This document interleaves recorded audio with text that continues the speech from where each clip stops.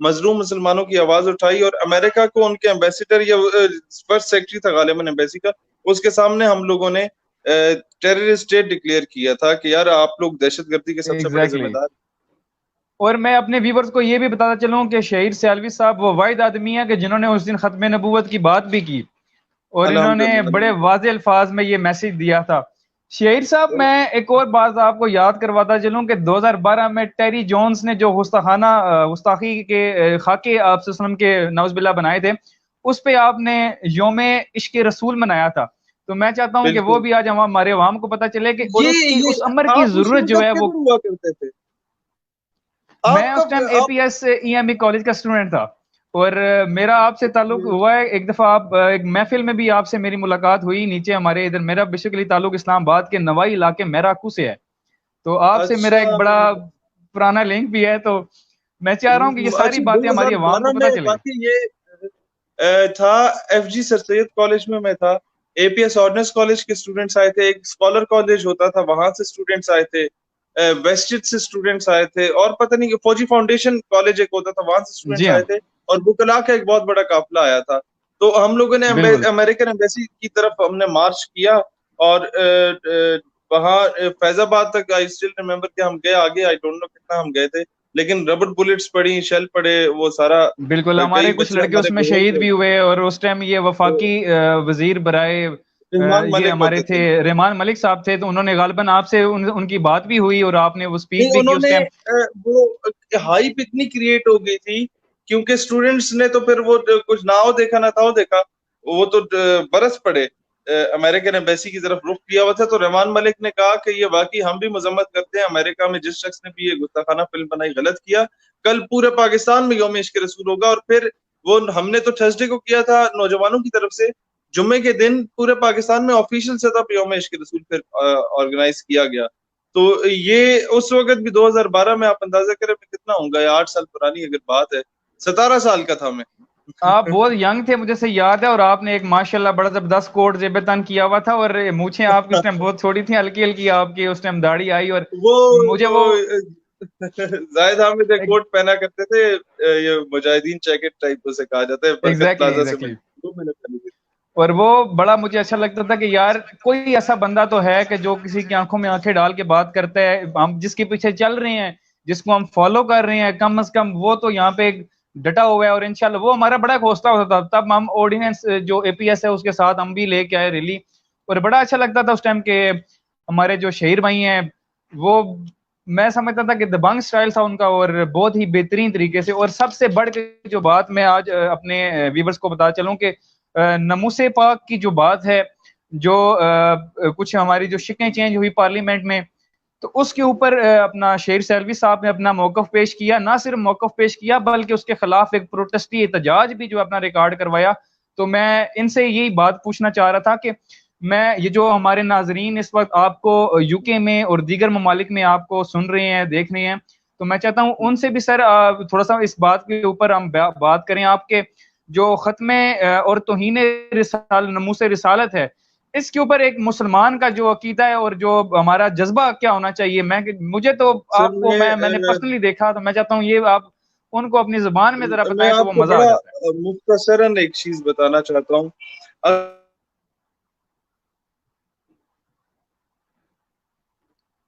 Internet کی I think دوبارہ تھوڑے سے مسائل کی وجہ سے ہمارے ساتھ ان کا رابطہ بحال نہیں ہو پا رہا.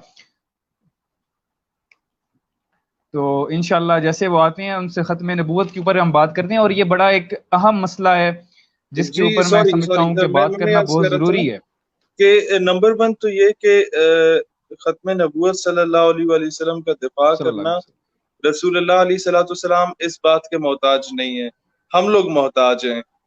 ہماری عزت، ہماری جو بقا ہے سمت کی، وہ اسی میں ہے کہ ہم اپنے نبی پاک علیہ الصلوۃ والسلام کی حرمت پہ پہرا دیں. ورنہ تو ان کی حرمت پہ پہرا دینے والی ذات رب تعالیٰ عز و جل کی ذات ہے کہ جب کسی نے کچھ غلط کرنے کا سوچا تو اللہ تعالیٰ پوری صورت نازل فرما دیتا ہے کہ تبت یدا ابی لہب وتب، کہ تم تباہ ہو جاؤ، برباد ہو جاؤ، تمہاری بیوی تباہ ہو جائے، اسے رسی میں جکڑا جائے گا. تو اس معاملے پہ اللہ بڑا غیرت مند ہے، اور اللہ کے ایک نبی حضرت یوسف علیہ السلام کا جب جو مصر کے بازاروں میں ریٹ لگنے کی بات ہوئی تو اللہ تعالیٰ نے کئی عرصہ وہاں مصر میں قحط سالی ہو گئی، اور یہاں پر جب حضور علیہ السلام کی گستاخہ کو باعزت طور پہ بری کر کے 1.25 لاکھ لوگوں کو جب جیل میں ڈالا گیا اور دنیا میں گستاخیاں شروع ہو گئی، سوشل میڈیا پہ کوئی روکنے والا نہیں تھا، تو اللہ تعالیٰ نے پوری دنیا کو لاک ڈاؤن کروا دیا تھا۔ یہ اچانک یہ کس طریقے سے سارا کچھ ہوگا، یہ چیزیں سمجھنے کی ضرورت ہے۔ اس میں میں ایک بات بتانا چاہتا ہوں اپنے ویورز کو بھی جو لوگ سن رہے ہیں کہ میں کسی مدرسے سے نہیں پڑھا، میں ایک اسکول سے پڑھا، پھر کالج سے پڑھا، پھر یونیورسٹی سے پڑھا۔ جو عشق رسول صلی اللہ علیہ وسلم کے جو معاملہ ہے، ختم نبوت اور ناموس رسالت کا دفاع کرنا کسی عالم یا مولوی کا کام نہیں ہے، صرف یہ پوری امت کا معاملہ ہے۔ بحیثیت مسلم مولانا ظفر Ali Khan who was among the founding members of Pakistan, ان کا ایک بڑا اچھا شعر تھا کہ نماز اچھی، روزہ اچھا، حج اچھا، زکوٰۃ اچھی، باوجود اس کے میں مسلمان ہو نہیں سکتا۔ کیوں؟ کیونکہ نہ جب تک کٹ مروں میں خواجہ بطحا کی حرمت پر، خدا شاہد ہے کامل میرا ایمان ہو نہیں سکتا۔ تو جو ہمارے ایمان کا بنیادی جز ہے وہی یہ ہے کہ ہم حضور علیہ الصلوۃ والسلام کی ختم نبوت پر پہرا دیں، اور پھر میں بتاؤں کہ وہ اس کے محتاج نہیں۔ نمبر 2 یہ ہے، اس کی امپورٹنس کیا ہے؟ امپورٹنس سر اس کی یہ ہے کہ حضور علیہ الصلوۃ والسلام کی ظاہری پردہ فرمانے کے بعد ایک قانون ایک قسم کا بن چکا تھا کہ جو بدری صحابہ تھے جنہوں نے غزوہ بدر میں حصہ لیا تھا، ان کو اجازت نہیں تھی کہ آپ کسی بھی جنگ میں جائیں، کیونکہ وہ اعلیٰ اور اعلیٰ پائے کے صحابہ تھے۔ انہوں نے حضور علیہ السلام کے ساتھ مل کے بدر میں غزوہ بدر میں حصہ لیا، تو ان کے بارے میں یہ حکم تھا کہ ہم آپ کی بیٹھ کے زیارت کیا کریں گے، آپ ہمارے لیے دعا کیا کریں گے، ہم جنگوں پہ جایا کریں گے۔ لیکن جب مسلمہ کذاب جو جھوٹی نبوت کا دعوے دار تھا اس کے خلاف جہاد کی بات کی گئی، تو جو امیر المومنین سے سیدنا صدیق اکبر رضی اللہ تعالیٰ عنہ نے حکم فرمایا چاہے کوئی بدری صحابی ہو یا غیر بدری ہو، اب یہ کوئی فرق نہیں ہے اس چیز میں، اس وقت چاہے آپ بہت عظیم ہیں، چاہے آپ کا کیا مرتبہ ہے، اس وقت کیونکہ معاملہ حضور علیہ الصلوۃ والسلام کی ختم نبوت کا ہے تو سب کو میدان میں آنا ہوگا۔ حضور علیہ السلام کے دور میں جتنی غزوات ہوئیں ان سب میں اتنی شہادتیں نہیں ہوئی جتنی صرف جنگ یمامہ میں ہوئی اس جھوٹی نبوت کے دعوے دار کے خلاف۔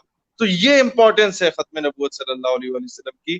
اور جو لوگ آج پوچھتے ہیں کہ جی ریاست کو کس نے حق دیا کہ کسی کو نان مسلم مائنورٹی ڈکلیئر کرے یا نان مسلم فتنہ ڈکلیئر کرے، یہ ریاست کو حق سیدنا صدیق اکبر رضی اللہ تعالیٰ عنہ نے اس دور میں دے دیا تھا۔ لہٰذا یہ وہ چیزیں ہیں جس پر میں سمجھتا ہوں کہ کبھی ایک امتی کو کمپرومائز کرنا، دور کی بات کمپرومائز کرنے کا سوچنا بھی نہیں چاہیے، یہ ہمارے ایمان کا لازمی جز ہے۔ تو یہ اس کی امپورٹنس ہے۔ ماشاءاللہ سے میں ایک اور چیز اپنی ویورز کو بتاتا چلوں کہ انجمن طلباء اسلام نے جو نعرہ نکالا تھا وہ صرف نعرہ نہیں تھا، بلکہ اس کا عملی مظاہرہ بھی انہوں نے کر کے دکھایا ہے۔ انہوں نے اپنی لہو سے اس بات کو منوایا ہے کہ ہم حرمت رسول کے اوپر انشاءاللہ نہ کبھی کمپرومائز کر سکتے تھے، نہ کبھی کریں گے اور نہ کبھی ہونے دیں گے۔ اور میں یہ اپنے ویورز کو تو پتا چلا جاؤں کہ جو نعرہ تھا کہ اپنے جانے بھی قربان کریں گے، تو انہوں نے عملی مظاہرہ کر کے دکھایا۔ ماشاءاللہ سے ہمارے جو یہ طلباء اسلام کی جو انجمن بنی تھی، انہوں نے اپنا خون سے یہ آپ وسلم کی حرمت کے اوپر اپنا جانے دے کے جو ہے اس کو بچایا۔ اور میں سمجھتا ہوں یہ ہر مسلمان پہ واجب ہے کہ جب آپ وسلم کی حرمت کی بات آ جائے تو اپنے گھر بار بیوی بچوں کو چھوڑ دے اور صرف آپ صلی اللہ علیہ وسلم کے اوپر اپنا کٹ مرنے کا جو جذبہ ہے وہ اس کو اجاگر کرنے کی ضرورت ہے۔ شہیر صاحب بہت زبردست بات کیا آپ نے۔ میں ایک اور بات اپنے ہمارے جو ویورز ہیں اور کافی لوگ جو مجھے میسج کرتے ہیں وہ کیا کہتے ہیں کہ یار ہمیں تو پتہ ہے کہ شہیر سیالوی جو ہے وہ اس طرح کا بندہ ہے، یہ کام کر رہا ہے، تو ہمیں اس کا بیک گراؤنڈ یار نہیں پتا، وہ کیسے آیا، کیا کرتا ہے۔ تو میں چاہتا ہوں کہ وہ لوگ جو کہتے ہیں یار امیر کا بچہ ہوگا اس لیے آ گیا، تو میں چاہتا ہوں ان کو وہ بات بتانا بہت ضروری ہے کہ آپ کہاں سے چلے۔ آپ کے جو چچا تھے اپنا ہمارے آپ کے ابو اجداد میں افضل صاحب آپ بات کرتے ہیں کافی دفعہ، ان کی میں نے کئی دفعہ آپ کی تقریر بھی سنی، اس میں ان کی بات کرتے ہیں، تو وہ مونگ پھلیوں والی بات میں ان کو بتائیں تاکہ ان کے جو کنسیپٹس ہیں وہ ذرا کلیئر ہو جائیں۔ سر میرے بزرگ جو تھے جب صبح دن کو وہ ہل چلاتے تھے نا کھیتوں میں، تو وہ مونگ پھلیاں جب اکٹھی ہو جاتی تھی تو رات کو چاند کی روشنی میں وہ ایک ایک انگلی سے وہ دانہ نکالتے تھے جو ہل سے رہ جاتی تھی مونگ پھلیاں، وہ پھر صبح بیچ کے اس سے کتابیں خریدی جاتی تھی۔ پھر تعلیم کے لیے اتنے پیسے نہیں تھے کہ میرے سب سے بڑے تایا جو تھے، جو بڑے اچھے ماشاءاللہ ٹیلنٹڈ آدمی تھے، وہ ایف ایس سی نہیں کر پائے, انہوں نے میٹرک کے بعد ہی فوج میں بھرتی ہو گئے ایز اے سپاہی, اور اس کے بعد وہ ماسٹرز تک گئے, حوالدار ریٹائر ہوئے اور ماسٹرز کر کے نکلے, اور اسی تنخواہ سے انہوں نے اپنے چھوٹے بھائیوں کو پڑھایا, اور کچھ پیسے دادا جی ہمارے الیکٹریشین کے چھوٹے موٹے ٹھیکے لیا کرتے تھے, اس سے پڑھایا. تو تب جا کے ان کے جو چھوٹے بھائی تھے, ایک الطاف انکل تھے, وہ باہر گئے مسقط میں اپنی نوکری کرنے, پھر انہوں نے کوئی سپورٹ کیا اپنے چھوٹے بھائیوں کو. تو اس کے بعد ان کے جو چھوٹے بھائی تھے, جو میرے والد صاحب تھے, وہ فوج میں گئے اور ماشاءاللہ بریگیڈیئر رینک تک پہنچے. ان سے چھوٹے ایک اور بھائی تھے جو کہ پروفیسر بنے, اور انہوں نے اپنے 2 سکولز اور 2 کالجز بنا لیے الحمدللہ. اور ماشاءاللہ. وہ بھی صبح پڑھائی کرتے تھے اور شام کو بچوں کو ٹیوشن پڑھا کے اپنی فیسیں کسی طریقے سے نکالتے تھے, کہ جو فیس انہوں نے ادا کرنی ہوتی تھی, اور کچھ بھائیوں کی سپورٹ تھی. ان سے چھوٹے ایک اور بھائی تھے ارشد حمید ایڈوکیٹ, یہ اقبال صاحب کا میں ذکر کر رہا ہوں. ان سے چھوٹے ارشد حمید ایڈوکیٹ تھے جو کہ کراچی میں وہاں سی پورٹ پہ رات کو کلیریکل جاب کرتے تھے. وہ بھی اس طرح کی کہ کتنے سامان آ گیا, کتنا سامان چلا گیا, وہ لکھنا, اور کہتے ہیں ہم جم جاتے تھے ہاتھ پاؤں ہمارے, جب سردیوں میں ہم لوگ وہاں سی پورٹ پہ تیز ہوائیں چل رہی ہوتی تھی, تو وہ کرنا, شام کو بچوں کو ٹیوشن پڑھانا, اور کہتے ہیں سوتے ہم لوگ نہیں تھے, نہ ہونے کے برابر سوئے جاتا تھا, اور صبح جا کے پھر LLB وہ کرتے تھے. اور ماشاءاللہ پچھلے 8 سالوں سے ان کا پینل لگاتار تحصیل جنٹ کے بار میں جو ان کا کوٹ ہے وہاں پر جیتتا آ رہا ہے, اور خود بھی الیکٹ ہوتے رہے صدر پچھلے 10-12 سالوں سے, اور ان کا پینل بھی جیتتا رہا. سیلف میڈ لوگ ہیں, اور اپنے دور میں اپنے جی بھائی میں کال بیک آپ کو کرتا ہوں, میں ابھی ایک انٹرویو میں.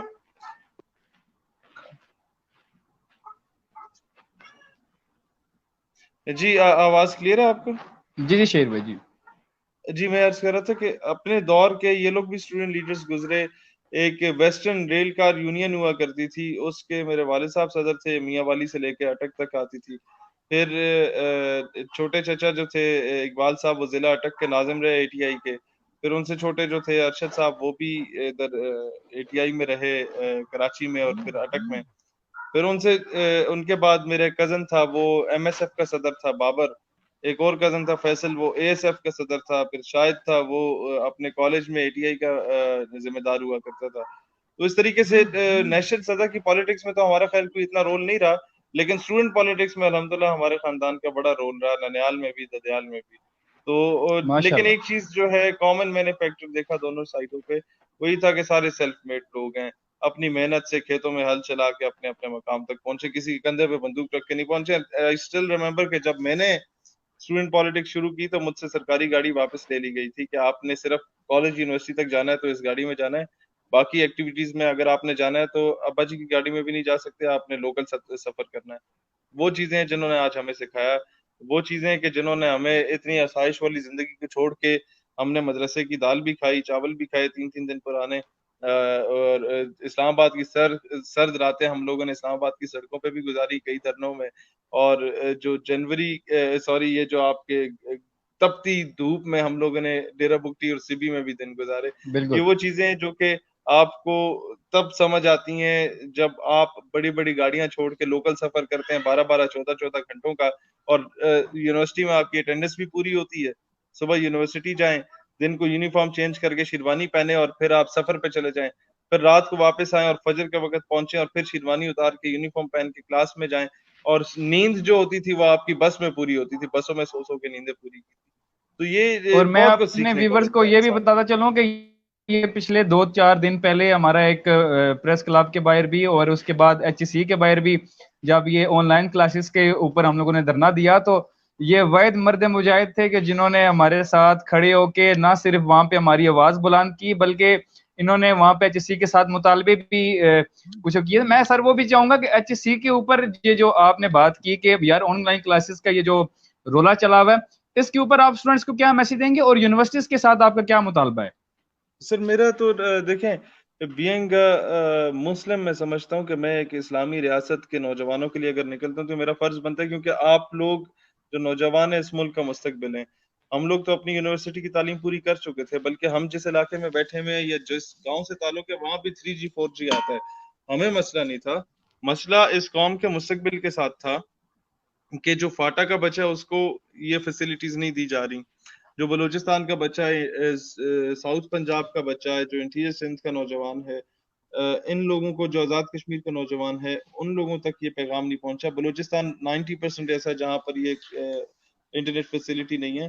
تو ہم صرف یہ چاہتے تھے کہ آن لائن کلاسز کے علاوہ اور کوئی حل بھی نہیں ہے, لیکن یہ کہ بچوں کو اس طریقے سے فیسیلیٹیٹ کیا جائے, ایس او پیز کے تحت ہاسٹلس کھولے جائیں, ان کو وہاں پہ ٹھہرا دیا جائے, بڑے شہروں میں بلوا لیا جائے جہاں پر ریاست ان کے رہائش اور کھانے پینے کے انتظامات کو دیکھے, اور یہ اپنے پیپرز دے سکیں کم از کم, یا اگر پیپرز نہیں لے سکتے تو کوئی اور میکینزم ہو, کیونکہ الٹیمیٹلی ہونا یہی تھا کہ اشرافیہ کے بچے پاس ہو چکے ہوتے, اور یہ جو بلوچستان کے اور آپ کے ساؤتھ پنجاب کے بچے ہیں, انہوں نے پیپر ایگزیکٹلی. دے ہی نہ پاتے, وہ فیسلٹی نہ ہونے کی وجہ سے. ٹرانسپورٹیشن پہ پابندی تھی, وہ ہر جگہ پہ بندہ جا نہیں سکتا, اور روزانہ کون 6 گھنٹے کا سفر کرے انٹرنیٹ کے ایریا میں جانے کے لیے. تو کئی اس طرح کے معاملات تھے. اس کے علاوہ یونیورسٹی فیس تھی, لیکن جو اصل ہمارا مطالبہ ہمیشہ سے رہا وہ ہم نظریاتی کارکن نظریاتی بیسس پہ ہی مطالبے رکھیں گے. وہ ہمارا مطالبہ ہمیشہ سے یہ تھا کہ نصاب تعلیم کو بہتر کیا جائے, اس میں مثبت تبدیلیاں ہوں.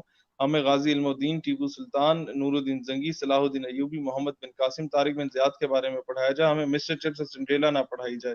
ہمارے بچوں کو ان کی اپنی تاریخ پڑھائی جائے. اور سب سے بڑا المیہ یہ ہے کہ آج لوگ بولنا شروع ہو گیا ہمارے اصل ہیروز کے خلاف, کیونکہ انہوں نے ان کو پڑھا نہیں. سوشل میڈیا پہ جس تھرڈ کلاس آدمی نے جس قسم کا آرٹیکل لکھ لیا, قوم نے اسے ماننا شروع کر دیا.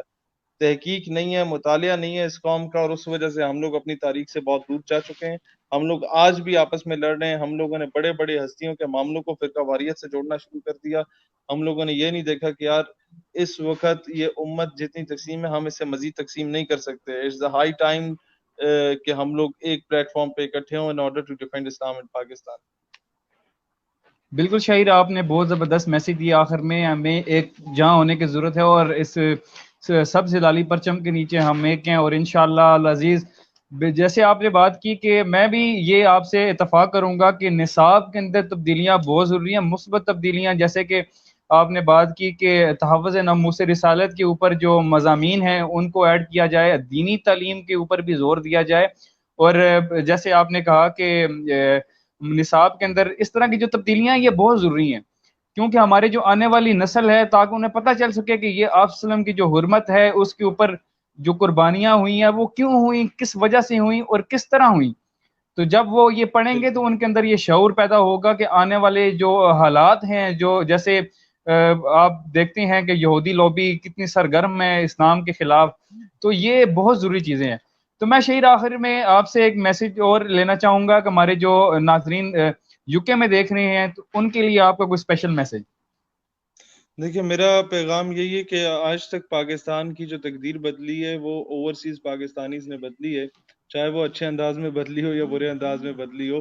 انہوں نے اپنی طرف سے سنسیریٹی دکھانے کی کوشش کی, بیچاروں نے ہمیشہ سے پاکستان سے اپنا پیار اور عشق دکھانے کی کوشش کی, لیکن مسئلہ یہی ہوا کہ بندے ہمیشہ وہ منظر پہ آئے جن کی پیچھے سے چابی چلانے والا کوئی اور ہوتا تھا. لہٰذا اوورسیز پاکستانی سے میں یہی درخواست کروں گا کہ وہاں کمائیں. آپ لوگ اپنے روزگار کے لیے گئے, لیکن یہ ضرور یاد رکھیے گا کہ جب سرو کرنے کی بات آئے تو اپنے ملک واپس لازمی آئیے گا. فرسٹ کلاس سٹیزن آپ کو صرف پاکستان میں کہلایا جائے گا, دنیا میں ہم تھرڈ کلاس سٹیزن ہی مانے جائیں گے. دنیا میں ہمیں بھکاری کی نظر سے دیکھا جاتا ہے, منگتے کی نظر سے دیکھا جاتا ہے, چور کی نظر سے دیکھا جاتا ہے, کیونکہ ہم نے ہمیشہ ایسے لوگوں کا انتخاب کیا جو کہ بھکاری ہیں, بھیک مانگتے ہیں, چوری چکاری کرتے ہیں, قوم کی عزت کو بیچتے ہیں, قوم کی بیٹیوں کو بیچتے ہیں. ایسے لوگوں سے چھٹکارا آپ لوگ دلوا سکتے ہیں کیونکہ آپ ہی انہیں فائنینشلی سپورٹ کرتے ہیں. ہر تحریک کو چلانے والے اوورسیز پاکستانیز ہوتے ہیں. آج آپ نے کسی کو بھی اگر سپورٹ کرنا ہے تو اسے کہیں کہ یار ہماری گلی پکی ہوتی ہے یا نہیں ہو, ہمیں اس سے غرض نہیں ہے. ہمارا ٹرانسفارمر لگتا ہے یا نہیں لگتا, ہمیں اس سے غرض نہیں ہے. ہمارے گاؤں میں ٹیوب ویل لگتا ہے یا نہیں لگتا, ہمیں اس سے غرض نہیں ہے. ہمیں صرف اس بات سے غرض ہے اوورسیز پاکستانی, برطانیہ کے پاکستانی پوچھیں ووٹ لینے والے سے کہ کیا تمہارے اقتدار میں آنے کے بعد ڈاکٹر عافیہ صدیقی پاکستان آئے گی یا نہیں آئے گی. کیا تمہارے اقتدار میں آنے کے بعد کشمیر کے لیے صرف احتجاج ہوگا یا تقریریں ہوں گی یا عملی مظاہرے ہوں گے. کیا تمہارے آنے کے بعد بیت المقدس کو فتح کرنے کی, مسجد الاقصی فلسطین کو فتح کرنے کی کوئی بات عملی طور پہ ہوگی یا نہیں ہوگی. کیا تمہارے آنے کے بعد اسلامک ملٹری الائنس صرف کرتب دکھائے گا یا پریکٹیکلی کچھ کرے گا. لہٰذا یہ ساری چیزیں یہ اوورسیز پاکستانی اس ملک کی تقدیر کو بدل سکتے ہیں. They are more than sincere with Pakistan. ہماری نسبت انہیں زیادہ پیار ہے اپنے ملک سے. لیکن مسئلہ یہ ہے کہ ڈائریکشن کو درست کرنے کی ضرورت ہے. اللہ اسلام اور پاکستان کا حامی و ناصر ہو. پاکستان ہمیشہ زندہ باد. اور فیضان بھائی سو کائنڈ آف یو, مجھے ایسے لگا جس طرح میں اپنے بچپن کے کلاس فیلو سے بات کر رہا ہوں اور بچپن کے دوست سے بات کر رہا ہوں, اور بہت بہت اپنائیت محسوس ہوئی. پہلا انٹرویو ایسا تھا جس میں بے حد اپنائیت محسوس ہوئی.